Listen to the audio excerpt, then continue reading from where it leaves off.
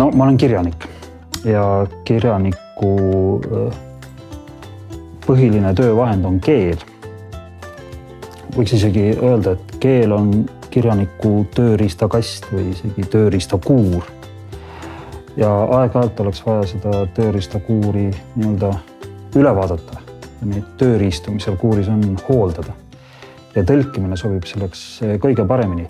Ja tõlkimine ei ole ainult siis nii-öelda nende tööriistade hooldamine, vaid ka omaenda oskuste lihvimine. Et kui ma tõlgin, siis ma õpin ühtlasi paremini omaenda tööriistu kasutama.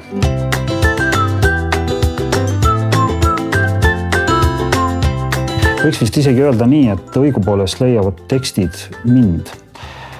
Et ma ise ei ole kunagi vist ühtegi tõlkimisele läinud teksti või sellist teksti, mida mina tõlkisin, ise nii-öelda välja pakkunud või ise kuidagi üles otsinud.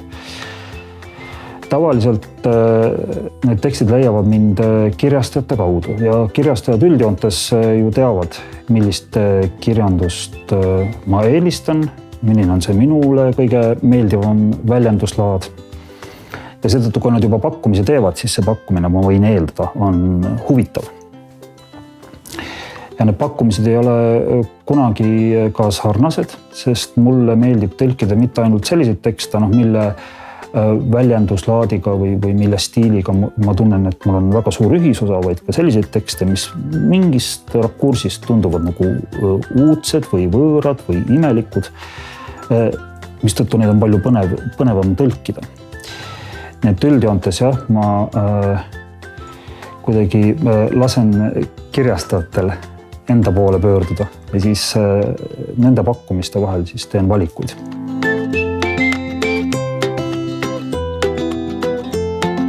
No kõige lihtsam vastus sellele oleks, et ma ei tea, aga võib-olla pisut täpsem vastus oleks, et kusagil millalgi lapsepilves. Et meie peres oli selline komme või praktika, et kui ema ja isa tulid töölt koju, siis nad panid kohe teleka mängima. Aga telekas mängis põhiliselt Soome kanaleid. Tema isa vaatasid põhiliselt ainult Soome televisiooni. Kesktelevisiooni vaadati üsna harva. Tema isa rääkisid kodus eesti keelt, neilt ma õppisin ära eesti keele ja televiisori siis õpetas mulle soome keelt. Et ma ei suudagi meenutada seda aega, kui ma soome keelt ei osanud. Need arvatavasti ma õppisin soome keelt samal ajal, kui ma õppisin eesti keelt. Ma ei ole kunagi kusagil koolides soome keelt õppinud. Minu soome keel on puhas televiisori keel.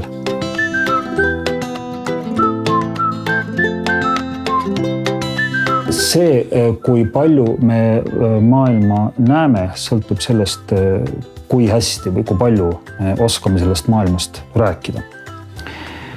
Ja üldjoontes on nii, et kuigi eesti keel on minu emakeel, siis ma tunnen, et eesti keelt võiks jäädagi lõpmatuseni õppima. Ja üks väga häid vahendeid, kuidas eesti keelt õppida, on just nimelt tõlkimine. Sest mina olen alati mõelnud, et tõlkimisel ei ole ainuüksi või enne kõike oluline osata seda keelt, millest tõlgitakse, vaid enne kõike tuleb osata seda keelt, millesse tõlgitakse, ehk siis oma emakeelt. Ja oma emakeelt ma õpin kõige paremini tõlkides, sest ma pean tõlkima mingist täiesti teistsugusest keelest. Näiteks isegi soome keel on tegelikult võrreldes eesti keelega hoopis erinev keelemaailm. Nii et seetõttu ma õpin eesti keelt väga aktiivselt sellel, kui ma tõlgin. Seetõttu on minu jaoks tõlkimine tõesti kuidagi möödapääsmatu. Lisaks, eks ju, iga raamat, mida ma tõlgin, ei sarnane ühelegi teisele raamatule. Näiteks see Tomi Kondio Koer nimega kass on minu esimene lastekirjanduse tõlge.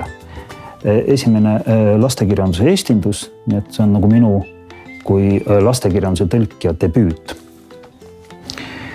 Ja üldjoontes on vist nii, kui see teema kokku võtta, et minule on tõlkimine midagi sarnast kui sõdurile õppused.